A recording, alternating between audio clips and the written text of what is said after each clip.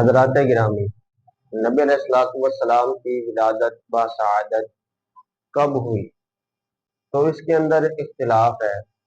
بعض نے شوال کا مہینہ کہا، بعض نے رمضان کا مہینہ کہا، اور پیر عبد القادر جیلانی رحمہ اللہ نے 10 محرم الحرام کی تاریخ کا کہا کہ آپ 10 محرم الحرام کو پیدا ہوئے۔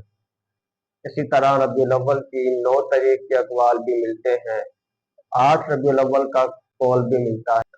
تو جب اس کے اندر اختلاف ہے تو یہ اس بات پر دلالت کرتا ہے کہ نہ اس کو نبی علیہ الصلوۃ والسلام نے منایا اور نہ ہی اس طریق کو صحابہ کرام نے منایا۔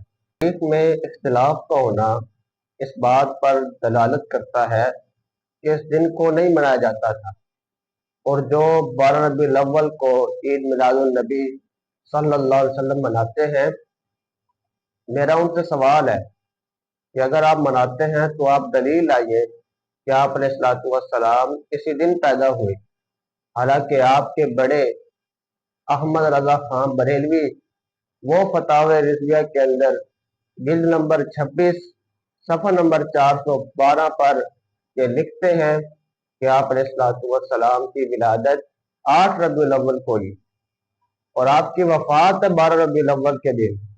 اس پر امت کا اجماع ہے، اس پر امت متفق ہوتی ہے، اسی بات کو لیا جاتا ہے۔ امت متفق ہے کہ آپ کی وفات 12 ربیع الاول ہے اور آپ علیہ الصلوۃ والسلام کی ولادت، اس کے اندر اختلاف ہے۔